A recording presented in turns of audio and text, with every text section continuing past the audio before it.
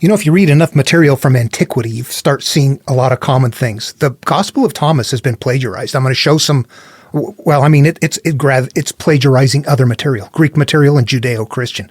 And I'm going to demonstrate that in this video. My name is Dan Paulson. What I'm going to do, though, is not just talk about it and say things. We're going to actually look at the text, look at the comparisons, and see, oh, yeah, this verse right here in the Gospel of Thomas is this verse over here from Aesop. All right. What I want to do is talk about what the Gospel of Thomas is as far as a document. I got a bunch of stuff going on here. I'm going to make some comparisons. All right. So every religion seems to have a big body of work, but there's a core something somewhere in there. Let me explain that. For example, this is the Mahabharata. This is Hinduism, just the Mahabharata. However, if you wanted to get the basic teaching without going through all of that, it's in the Upanishads. If Taoism, there's volumes and volumes on it. If you want the core teaching of Lao Tzu, the Tao Te Ching right here. That's the core teaching. The rest of the religion is huge. Buddhism, the Pali Canon, it's monstrous. Huge. The core teaching of Buddhism, the Dhammapada. It's not the lifestyle, it's just what to do. Interact with it. What does it work here? We have the same thing in the Bible with Jesus' work, exactly the same thing. Where do we find it in Jesus' work in the Gospels? Sermon on the Mount, or Sermon on the Plain, 2 places. That's a small piece of work. You take everything out of the Bible, everything else out, and just leave the Gospel or the Sermon on the Plain. That's what Jesus is teaching right there, or the Sermon on the Mount. Yep, that's it. Big book, small teaching, big, small. Now, when we get to the Nag Hammadi library, same thing. We've got Gnosticism, and the Gospel of Thomas is that one small thing that's just verse, verse, verse. It's not a flow, all kinds of different things going on. It's just like the staccato verse, verse, verse, verse. Do this, do this, do this, do this, do this. Be this way, be that way, that kind of thing. So that's what we're looking at in the Gospel of Thomas. And all of the material from antiquity, all of the religions from antiquity have that in there. There's a core, and then there's a big, massive amount. Now, just in case anybody's curious, the reason is because there's one basic mental process for healing that we need to engage with. However, there's an entire lifestyle that we need to live. So the basic teaching is how to find emptiness, pouring spirit, removing the mote out of your eye. Some way, somehow, it's a psychological process. The philosophy in here, that's why you read Gnostic stuff. It's letting you know this is a mental path. In Christianity, they don't do that. They don't let you know it is, yet it is. The rest of the religion is way of life. It is not how to turn in and heal. It's how to live your life. All right, and we know that the Gnostics were using Greek material. Greek material was very old to them at that time. The Greek material they're using is as old as Genesis to them at the time they're putting this together. We've even got a modified version, shortened up, it's not in great shape, of Plato's Republic. Greek, Plato's Republic. All right, so we've got a number of things going on here where it looks like the authors of the Gospel of Thomas were taking Judeo-Christian Jesus material, they're taking Greek material, both from, religious and mythological sources as well as fables, and combining them all together if they fit. That's exactly what the Gospel of Thomas is. It's a blend of a lot of things. There's another verse in the end that just doesn't sound like anything Jesus in any way, shape, or form as far as on the Christian side of the house. On the Gnostic side of the house, it makes sense, but on the Christian side of the house, it doesn't. That's the very last verse, turning Mary into a man. All right, I'm going to get into looking at these now, making examinations. I'm going to pick a verse from the Gospel of Thomas, and then show how it is a derivative of something from the Greeks. All right, from the Gospel of Thomas, verse 102, Jesus said, "Woe to the Pharisees, for they are like a dog sleeping in the manger of oxen. For neither does he eat, nor does he let the oxen eat." And now the Aesop's fable, about 500 to 600 years older.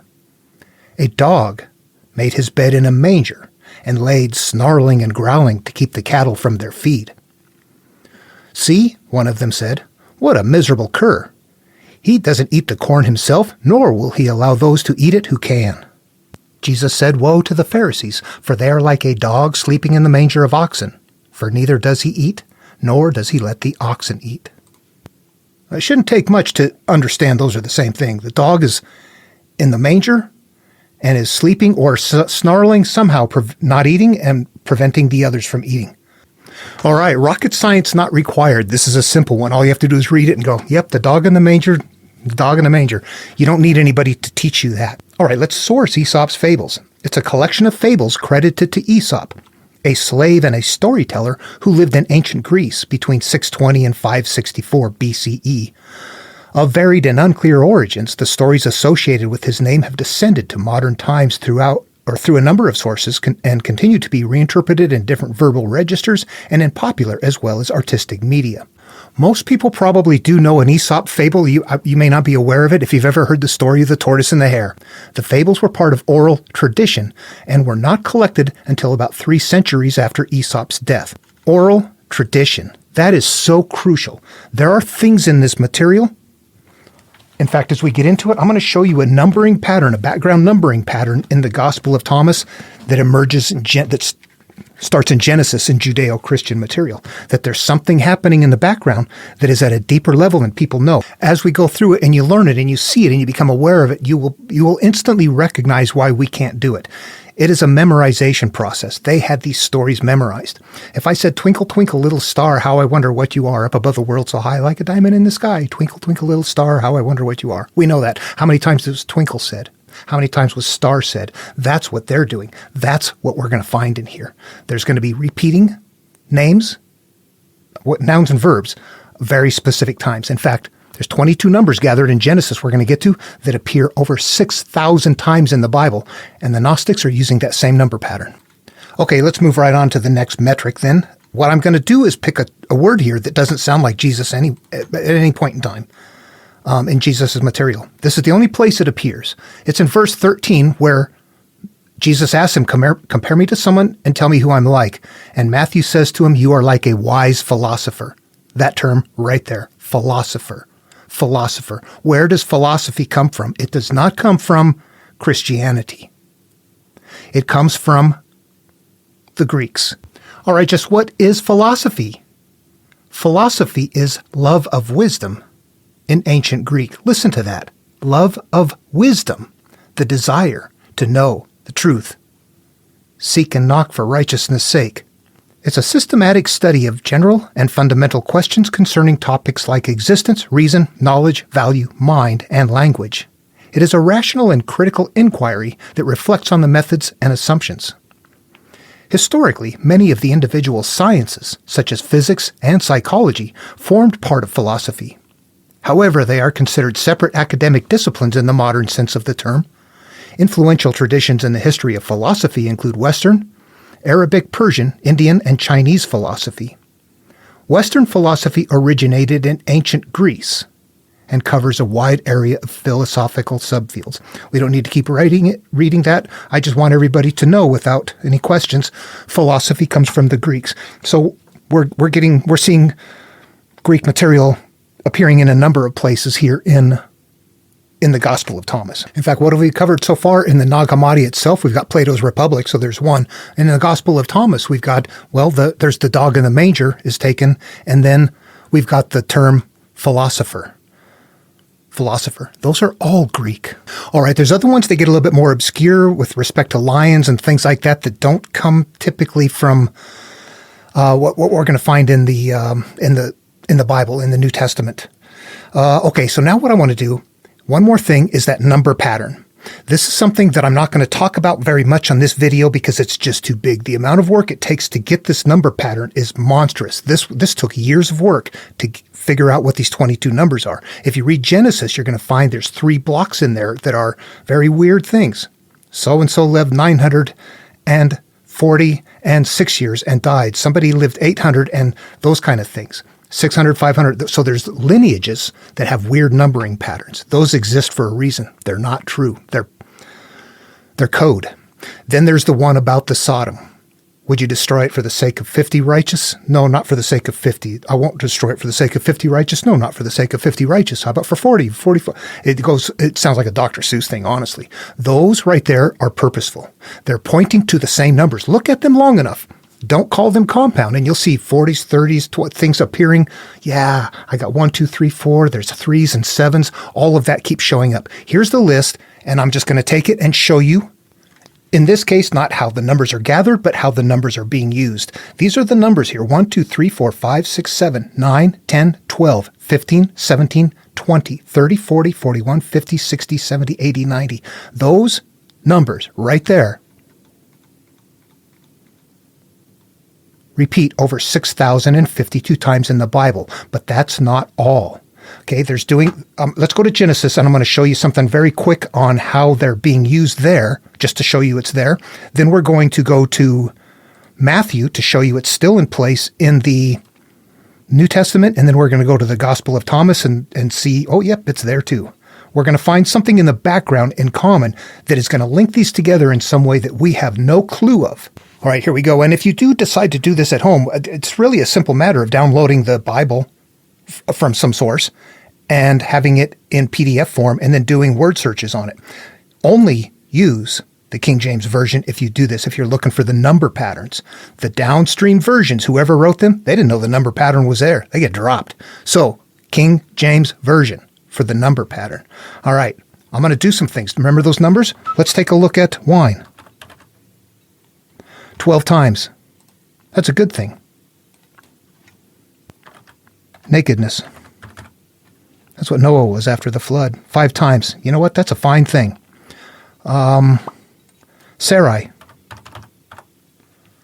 17 times. That number was gathered up in the flood. Okay, so the number pattern is in use here. Let's jump over here, and I'm going to show you again. Do you see where Lamech took unto him 2 wives? The name of one was Adah, and the name of the other was Zillah. Lamech. 10 times. Looks good. Adah.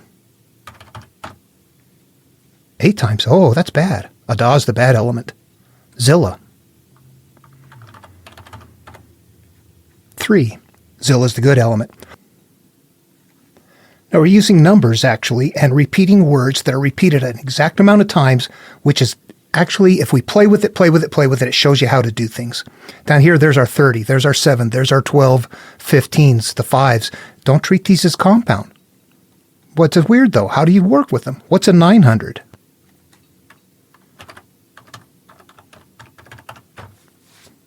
Seven times.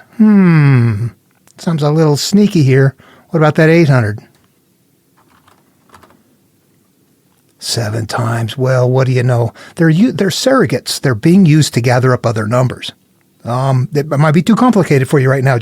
We're just gathering numbers. Let's just grab those numbers. All right, if we went back over, this is just within Genesis, Adam and Eve, 3 and 7. Starts chapter 3. The 3-7 starts right there. 8 is first sin. 8 is circumcision too, isn't it? Jewish circumcision. Abram and Sarai. Abram is 75 when they start. Sarai's name is repeated 17 times. It could be age, or it could be how many times it's repeated, or both. Isaac and Rebekah Isaac is 40. His name is repeated 80 times. Rebekah's name is repeated 30 times. We go down to Job, we're going to see he starts right off with 7 sons and 3 daughters. So there is a numbering pattern these are not accidents. How do you know? You just keep looking and it will never stop showing up. They just keep popping up. This is complex, really complex. And again, what that is being used for, it's too big. It's if it was so simple, we would have had this figured out a long time ago. It's very complicated. What I'm going to do is jump right down to Matthew, though, and just show you that the same thing is happening. There's going to be numbers cross-referencing, but there's also going to be name repeats. Those 6,000 times repeats we see, that's probably only half of it. It's probably 12,000 times or more. Here's what we're going to do. See that I've got some names highlighted here: David, Abraham, Isaac, Jacob, and Judas. What I'm going to do is I already know to look for these things, so watch David. David is a positive beginning. Abraham. His name is repeated very carefully, exactly 7 times. Isaac. 4. Jacob.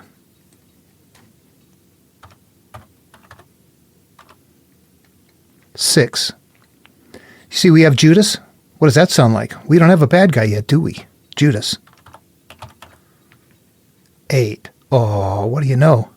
Okay, watch this. 3, 7, and 12. Those are all good numbers, right? How many times is 3? appear in the book of Matthew? 12 times. Interesting. What about 7? 12 times. What about 12? 12 times. I don't need to keep going on in this. You see the pattern is there. It is in all of the nouns and the verbs, and the numbers themselves are going to mean something. Positive. There's a flow going on in the background that people don't see. All right, now let's just take that numbering pattern and go straight to the Gnostic material, the Gospel of Thomas. Are we going to find that numbering pattern here? What I'm going to do is pick out some things, and I'm going to do a little bit of coaching here. This one is not so much. If you were reading Genesis, you would see things like word repeats. But Noah found grace in the eyes of the Lord. These are the generations of Noah. Noah was a just man and perfect in his generation, and Noah walked with God. And Noah begat 3 sons, Shem, Ham, and Japheth. Do we think they're talking about Noah? How many times? It's like ad nauseum. Noah, Noah, Noah, Noah, Noah, Noah, Noah, Noah. Yeah, you have to pay attention. I don't think everybody's mind works the same way. You have to have a kind of mind that wonders, why is that happening like that? What is going on? There's a reason for it. Count them. They're repeating them on purpose. It's the code. It's in the story. You know what? They're repeating them on purpose. You're supposed to count them. Noah's name is repeated 41 times. So as I go through here, I'm going to look for things like repeat words, finds. When he finds, okay, I'm going to say find. I know that that's going to be a word I need to look for. 15, find is a good thing. Yeah, look at that. Experience death. What is death? Spiritual death, right? 5 times. What do you know? Sky. 4. Birds. Just birds, yeah. 4 times. Hidden.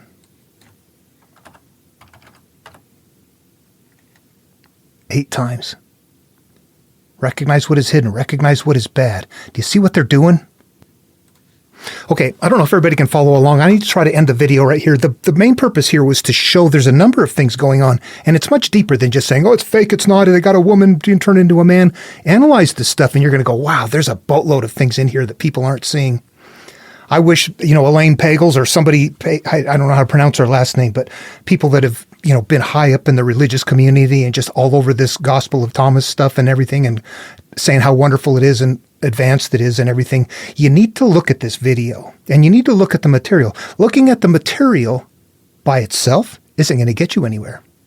Looking at the material and remembering it and then looking at many, many other things is how you get there. It's just too deep. All right. Hope it was fun and interesting. Questions, comments? I'd love to hear something. Another direction? Anybody want to learn more about this? I'd appreciate it. All right. Thanks. See you in the next video.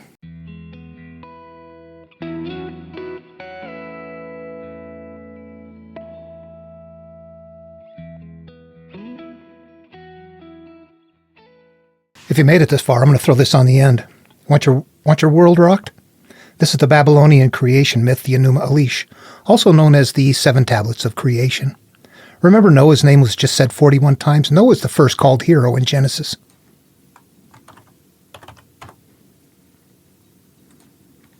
Marduk is the called hero here in the Enuma Elish. Marduk. 41 times. The evil force is Lady Huber.